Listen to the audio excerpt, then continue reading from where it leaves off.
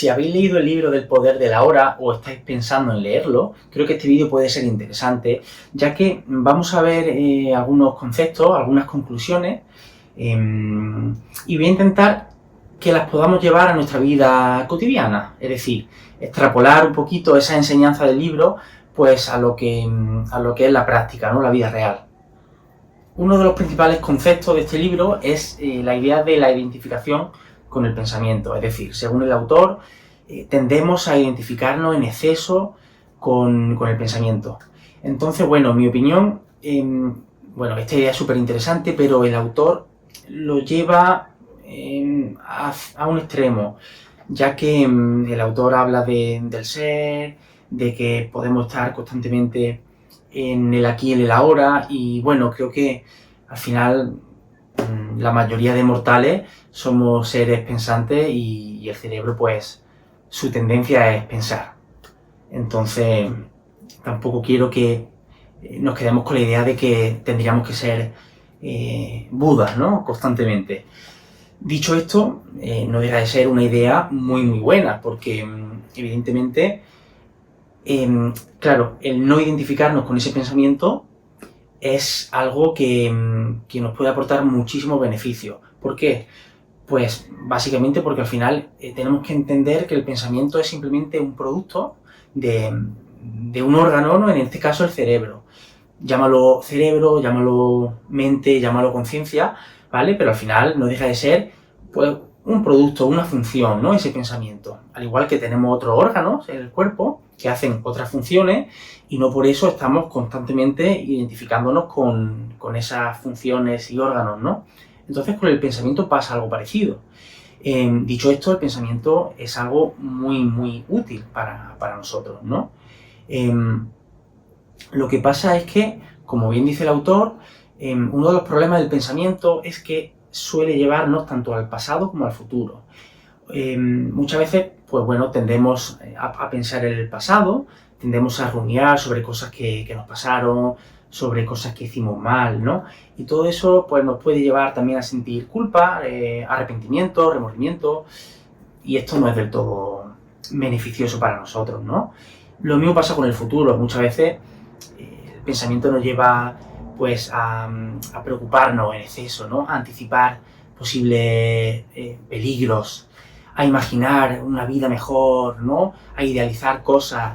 Y todo eso, pues, tampoco es del todo beneficioso, porque a pesar de que está bien que podamos utilizar el pensamiento para reflexionar, para planificar, para planear, ¿no? Incluso para ir marcando, pues, un objetivo o un camino, no nos podemos olvidar de que, como dice el autor, lo único que existe es el presente.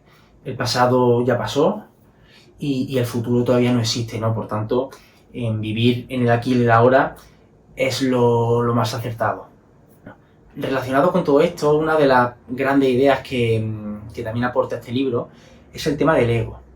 El autor entiende que el ego es esa identificación excesiva con nuestro autoconcepto. Es decir, el autoconcepto es esa serie de creencias, ideas, conceptos que tenemos sobre nosotros mismos, ¿no?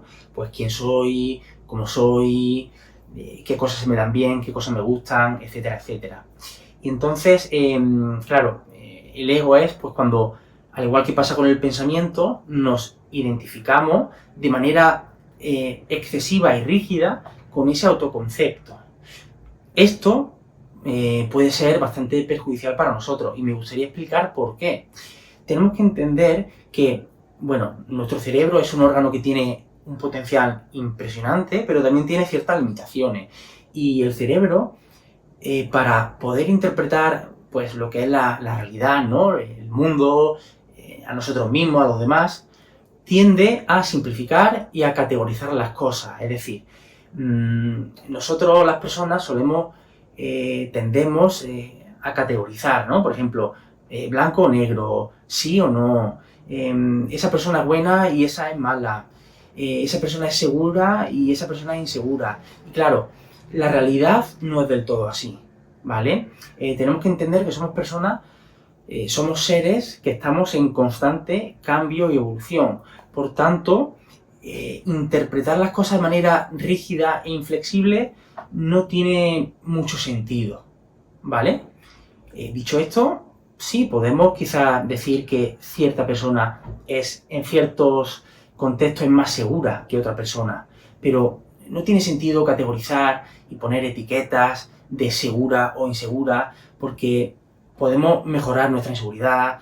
Yo a lo mejor soy más inseguro en estas facetas, pero aquella persona es más insegura en otras.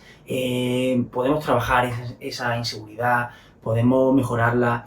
Entonces, no tiene mucho sentido tener un autoconcepto rígido sobre nosotros mismos, ¿vale? Poniendo un ejemplo, para entrar un poquito en lo que es la práctica, si por ejemplo yo estoy en mi trabajo y hago algo mal, hago una tarea mal, quizás no tiene mucho sentido pensar que yo soy malo haciendo esto, yo no valgo para esto, etcétera. Porque al final eso es una etiqueta categórica, es una etiqueta rígida, la cual no va a permitirme que yo me plantee mejorar, ¿no? Es una idea limitante. ¿Por qué? Porque si estoy asumiendo que soy malo en esto, no creo que pueda pensar en opciones de mejora. En cambio, si yo hago algo mal en mi trabajo y en vez de decirme que soy malo haciendo esto, me digo que me he equivocado, que he tenido un error, y a partir de ahí puedo plantearme de qué manera podría mejorar, cómo podría hacerlo mejor, ¿no? Qué habilidades puedo desarrollar, etcétera, etcétera, pues al final es un pensamiento que me va a permitir adaptarme, mejorar y por tanto vivir mucho mejor, ¿no? Así que las dos principales ideas que yo me llevo de este libro serían esas dos, ¿no? El hecho de que podamos practicar no identificarnos tanto con ese pensamiento, es decir, que podamos empezar a entender que yo no soy mi pensamiento, sino que mis pensamientos simplemente es un pensamiento, es una parte de mí, es algo que en ese momento he tenido, he pensado, pero no soy yo ese pensamiento. Y la idea de que aprendamos también a tener un concepto más flexible sobre nosotros mismos, ¿no? A que tengamos cierta flexibilidad psicológica para no etiquetarnos de manera rígida e inflexible, sino que podamos vernos como seres que estamos en constante cambio y constante evolución. Así que eso sería todo.